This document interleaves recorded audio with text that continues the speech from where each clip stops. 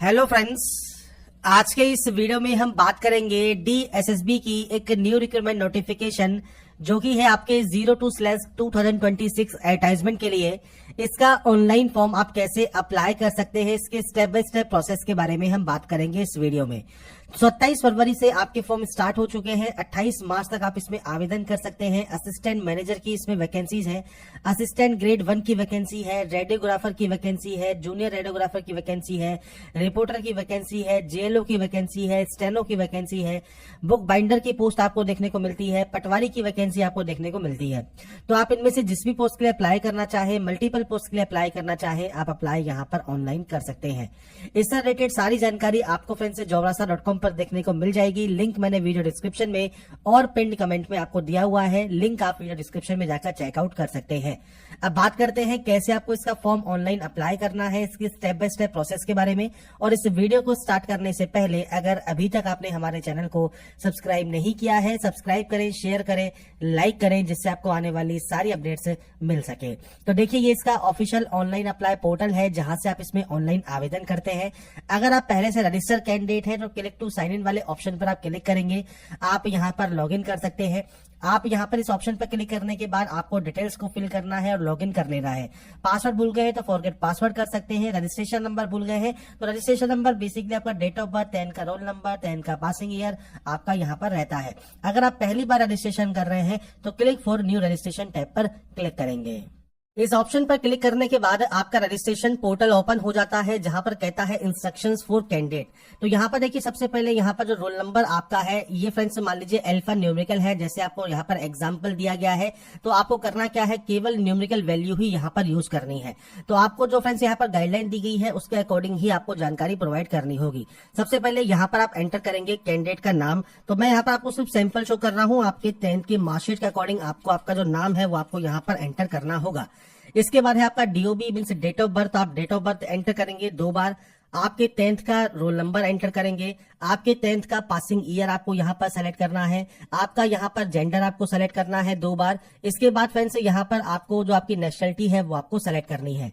इसके बाद आपका फादर नेम, मदर नेम और स्पाउस नेम आपको एंटर करना होगा। स्पाउस नेम मतलब पति या पत्नी का नाम आप यहाँ पर एंटर कर सकते हैं अगर आप मैरिड कैंडिडेट है तो। बाकी फादर नेम, मदर नेम आपको 2 बार एंटर करना होगा। आपका फ्रेंड्स 10 डिजिट का मोबाइल नंबर एंटर करना है, मेल ID एंटर करनी है। और इसके बाद आपको देखिए यहाँ पर एक ऑप्शन मिलता है गेट OTP का। जब आप अपने मोबाइल नंबर और मेल एड्रेस को एंटर कर देंगे, गेट OTP करेंगे, तो आपके पास एक OTP आएगी। वो OTP आपको यहाँ पर एंटर करना है, मोबाइल की और आपकी मेल एड्रेस की। और उसके बाद आपको इसे वेरीफाई कर लेना है। तो इसलिए आपका मोबाइल नंबर और मेल एड्रेस जो है वो आपका यहाँ पर एक्टिव एंड वैलिड होना चाहिए। इसके बाद है ID प्रूफ। अब सबसे पहले है आधार कार्ड। अगर आप सिंपली आधार कार्ड दे रहे हैं तो आधार कार्ड का नंबर एंटर कीजिए। आधार कार्ड पर जो आपका नाम है वो आपको एंटर करना होगा। आप यहाँ पर फ्रेंड्स मान लीजिए आप आधार कार्ड नहीं दे रहे हैं, आप यहाँ पर नो करते हैं, तो उस कंडीशन में कोई भी एक टाइप ऑफ ID कार्ड आप सेलेक्ट कर सकते हैं।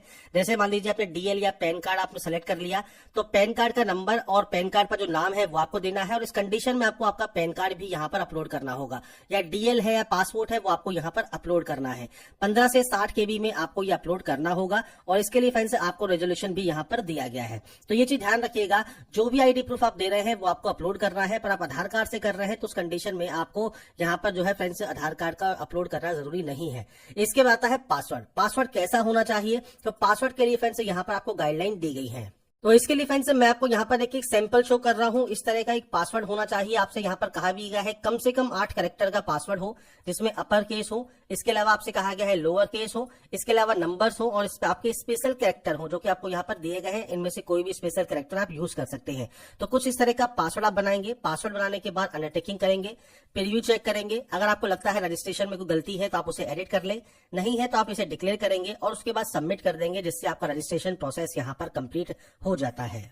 रजिस्ट्रेशन करने के बाद फ्रेंड्स अब आपको यहाँ पर लॉगिन करना होगा। और लॉगिन करने के लिए यहाँ पर फ्रेंड्स आपको आपका डेट ऑफ बर्थ, 10 का रोल नंबर, 10 का पासिंग ईयर यहाँ से सेलेक्ट करना है। पासवर्ड जो आपने क्रिएट किया होगा वो आपको एंटर करना है। इस कैप्चा कोड को एंटर करना है और उसके बाद सिंपली आप यहाँ से साइन इन कर सकते हैं अप्लाई करने के लिए।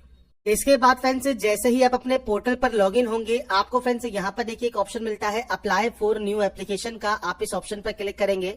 आपके सामने यहाँ पर देखिए फ्रेंड्स जो पोस्ट ऑनगोइंग वैकेंसीज है वो आपको देखने को मिल जाती हैं। आप जिन भी पोस्ट के लिए अप्लाई करना चाहें आपको सिंपली अप्लाई नाउ वाले ऑप्शन पर क्लिक करना है। आप जैसे ही अप्लाई वाले ऑप्शन पर क्लिक करेंगे आपका अप्लाई पेज ओपन हो जाएगा। इस ऑप्शन पर क्लिक करने के बाद अब आपका देखिए जो फॉर्म है वो स्टार्ट हो जाता है। सबसे पहले ही जो ऑप्शन है वो आपके एड्रेस का है। तो फ्रेंड्स यहाँ पर देखिए पूरा एड्रेस मेंशन कीजिएगा। मैं सिर्फ यहाँ पर आपका जो एड्रेस जो है आपको फिल करके शो कर रहा हूँ, ये आपको सिर्फ डेमो के लिए है। तो आपका फ्रेंड्स जो भी एड्रेस है वो आप यहाँ पर एंटर करेंगे इस तरह से। तो आपका पूरा एड्रेस आप यहाँ पर एंटर करने वाले हैं और उसके बाद आपको यहाँ पर आपका पिन कोड एंटर करना है। अगर आपका प्रेजेंट एड्रेस परमानेंट एड्रेस अलग अलग है तो आप अलग अलग एंट्री कीजिएगा। अगर सेम है तो आप इस पर क्लिक करेंगे, ऑटोमेटिक कॉपी हो जाएगा। इसके बाद आता है कैटेगरी। अब कैटेगरी में आपको सबसे पहले ऑप्शन मिलता है जनरल का। अब जनरल सेलेक्ट करने के बाद कोई भी ऑप्शन आपका एक्टिवेट नहीं होता है। आपको सिंपली आपकी सब कैटेगरी कोई है तो वो आप सेलेक्ट कर सकते हैं। इसके बाद यहां से सिंपली डिक्लेयर कीजिए और सेव एंड नेक्स्ट कर दीजिए। अगर बात करें यहां पर ओबीसी की, तो ओबीसी कंडीशन में आपको फ्रेंड्स यहाँ पर देखिए दो ऑप्शंस मिलते हैं, ओबीसी दिल्ली और ओबीसी आउटसाइड दिल्ली। अब देखिए अगर आप ओबीसी आउटसाइड दिल्ली हैं तो आपको यहाँ पर ओबीसी का रिजर्वेशन नहीं मिलता। आप यहाँ पर सिंपली जनरल से ही अप्लाई करेंगे क्योंकि अदर स्टेट कैंडिडेट जो है ओबीसी के वो जनरल में काउंट किए जाते हैं। अगर आप ओबीसी दिल्ली हैं और इस ऑप्शन को टिक करते हैं तो आपके दिल्ली का जो ओबीसी सर्टिफिकेट है वो सर्टिफिकेट नंबर, इशूइंग डेट क्या है वो आपको देना है, सर्टिफिकेट इशू स्टेट आ गया और अथॉरिटी जैसे एसडीएम, तहसीलदार, जिला मजिस्ट्रेट जिसने भी जारी किया है उसकी जानकारी और उसका नाम आप दे सकते हैं। बात आती है एससी एसटी की, तो आप एससी एसटी सेलेक्ट कर सकते हैं और उस कंडीशन में फ्रेंड्स आपको एससी एसटी का जो सेंट्रल गवर्नमेंट का सर्टिफिकेट होता है वो इशूइंग डेट आप यहां मेंशन कर सकते हैं। सर्टिफिकेट इशू स्टेट कौन सा है वो आप कोई भी यहां पर सेलेक्ट कर सकते हैं और उसके बाद सेम आपका किसने सर्टिफिकेट जारी किया है वो जानकारी आप यहां पर प्रोवाइड कर सकते हैं। तो ये बेसिक ऑप्शंस है जो कि आपको यहां पर प्रोवाइड करने होंगे। ऐसे ही अगर आपका ईडब्ल्यू सर्टिफिकेट है तो अपने ईडब्ल्यू सर्टिफिकेट की जानकारी भी आप यहां पर प्रोवाइड कर सकते हैं। बाकी फ्रेंड्स बस ध्यान रखिएगा जो ओबीसी आउटसाइड दिल्ली है वो केवल जनरल में ही काउंट किए जाएंगे, उनको कोई भी रिजर्वेशन नहीं मिलता। इसके बाद कोई सब कैटेगरी आपकी है तो आप सेलेक्ट कर सकते हैं, जैसे एक्स सर्विसमैन है, आप पीएच कैटेगरी से बिलोंग करते हैं तो पीएच कैटेगरी आपको यहां पर सेलेक्ट करना होगा। डिसेबिलिटी सर्टिफिकेट किसने जारी किया है, सर्टिफिकेट नंबर क्या है, सर्टिफिकेट इशू करना है वो आपको देना होगा।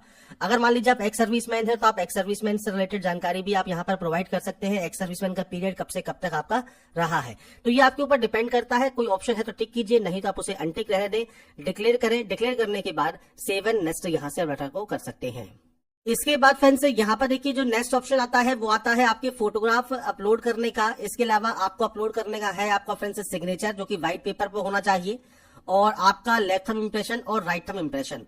अब यहाँ पर देखिए आपसे कहा गया है use MS paint application to resize image. तो आपको यहाँ पर देखिए विड्थ एंड हाइट आपको दी गई है आपका फ्रेंड्स फोटोग्राफ के लिए, सिग्नेचर के लिए। तो आपको फ्रेंड्स एमएस पेंट यूज करना है आपके फोटोग्राफ एंड सिग्नेचर को जो है आप रिसाइज यहाँ पर कर सकते हैं। अब कैसे रिसाइज करना है इसके बारे में बात कर लेते हैं। जैसे मान लीजिए बात करते हैं सिग्नेचर की या फोटोग्राफ की, सेम आपका प्रोसेस रहेगा।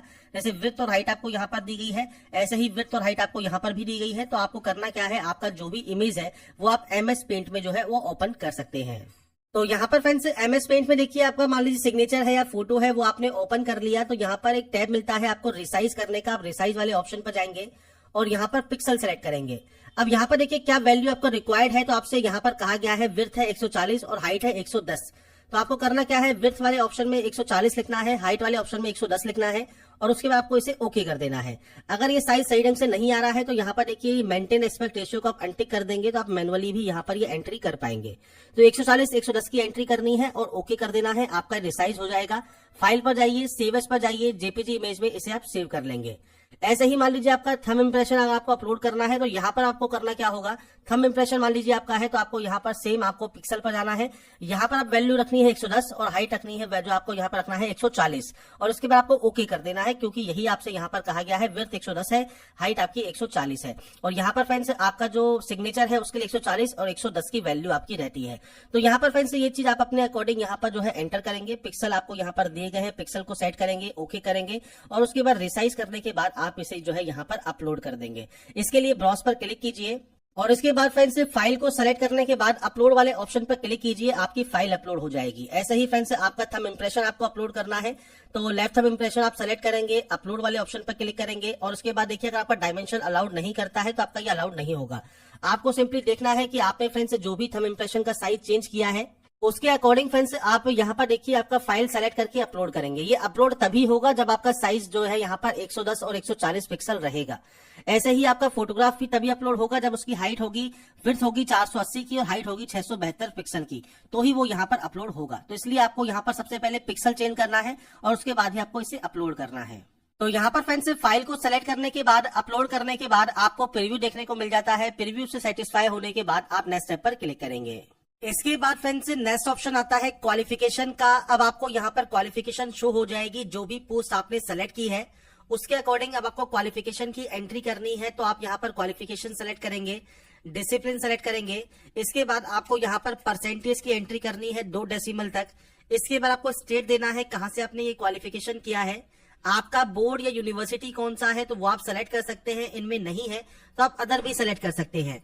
तो आपकी यूनिवर्सिटी सेलेक्ट करने के बाद आपको यहाँ per month and year of passing देखने को मिलता है, जो कि आप अपने अकॉर्डिंग यहाँ पर एंटर करेंगे और उसके बाद यहाँ से डाटा को इंसर्ट कर देंगे। इंसर्ट करने के बाद आपको सिंपली यहाँ से इसे सेव करना है और उसके बाद ओके करना है। डाटा आपकी सेव हो जाएगी। इसके बाद है डिजायरेबल क्वालिफिकेशन। अगर आपकी प्रोफेंसी है कंप्यूटर में, वर्किंग नॉलेज है उर्दू या हिंदी में, तो आप यहाँ पर यस कर सकते हैं। नहीं भी है तो भी आप यहाँ पर नो कर सकते हैं, कोई दिक्कत नहीं है। इसके बाद फ्रेंड्स सिंपली आपको यहाँ पर नेक्स्ट स्टेप पर क्लिक करना है। नेक्स्ट स्टेप पर आने के बाद फ्रेंड्स आपके सामने आएगा प्रीव्यू सेक्शन। अगर आपको लगता है कि आपने पर्सनल डिटेल में कोई एडिट करना है या फोटोग्राफ या सिग्नेचर में एडिट करना है या क्वालिफिकेशन में एडिट करना है, आप एडिट कर सकते हैं। अगर आपको कोई भी ऑप्शन एडिट नहीं करना है, सिंपली डिक्लेयर कीजिए। डिक्लेयर करने के बाद यहाँ से दोबारा से डिक्लेरेशन कीजिए और पे online and submit final application वाले ऑप्शन पर आप क्लिक कर देंगे। इसके बाद फ्रेंड्स आपकी देखिए जो प्रोसेस है वो कंप्लीट यहाँ पर हो जाती है। अगर आप फ्रेंड्स यहाँ पर जनरल कैंडिडेट है, ओबीसी कैंडिडेट है, तो आपका यहाँ पर ऑनलाइन पेमेंट भी लगेगा, जो कि आपको ऑनलाइन मोड में जमा कराना होगा। अगर आपका पेमेंट नहीं लगता है, डायरेक्टली प्रिंट एप्लीकेशन वाले ऑप्शन पर क्लिक कीजिए। इसके बाद यहाँ पर पोस्ट जो है सेलेक्ट करना है। जैसे हमने यहाँ पर पोस्ट अप्लाई किया है पटवारी के लिए, हम इस ऑप्शन को सेलेक्ट कर लेते हैं और उसके बाद हम प्रिंट एप्लीकेशन वाले ऑप्शन पर क्लिक करेंगे। हमारे एप्लीकेशन फॉर्म का जो प्रिंट आउट है वो सेव है डाउनलोड करने के लिए। अगर आप फ्रेंड्स यहाँ पर देखिए कोई और पोस्ट के लिए अप्लाई करना चाहें तो अप्लाई फॉर न्यू एप्लीकेशन पर क्लिक कीजिए और आप किसी और पोस्ट के लिए अप्लाई करना चाहें तो वो आप यहाँ पर कर सकते हैं। आपके सामने अप्लाई नाउ के ऑप्शंस यहाँ पर देखने को मिल जाते हैं। तो डीएसएसबी की जो ये न्यू रिक्रूटमेंट नोटिफिकेशन है, इसका ऑनलाइन फॉर्म आप कैसे अप्लाई कर सकते हैं, ये जानकारी मैंने आपको प्रोवाइड कर दी है। बाकी की जानकारी आप इसकी ऑफिशियल वेबसाइट पर जाकर या नोटिफिकेशन को रीड आउट करके आप चेकआउट कर सकते हैं।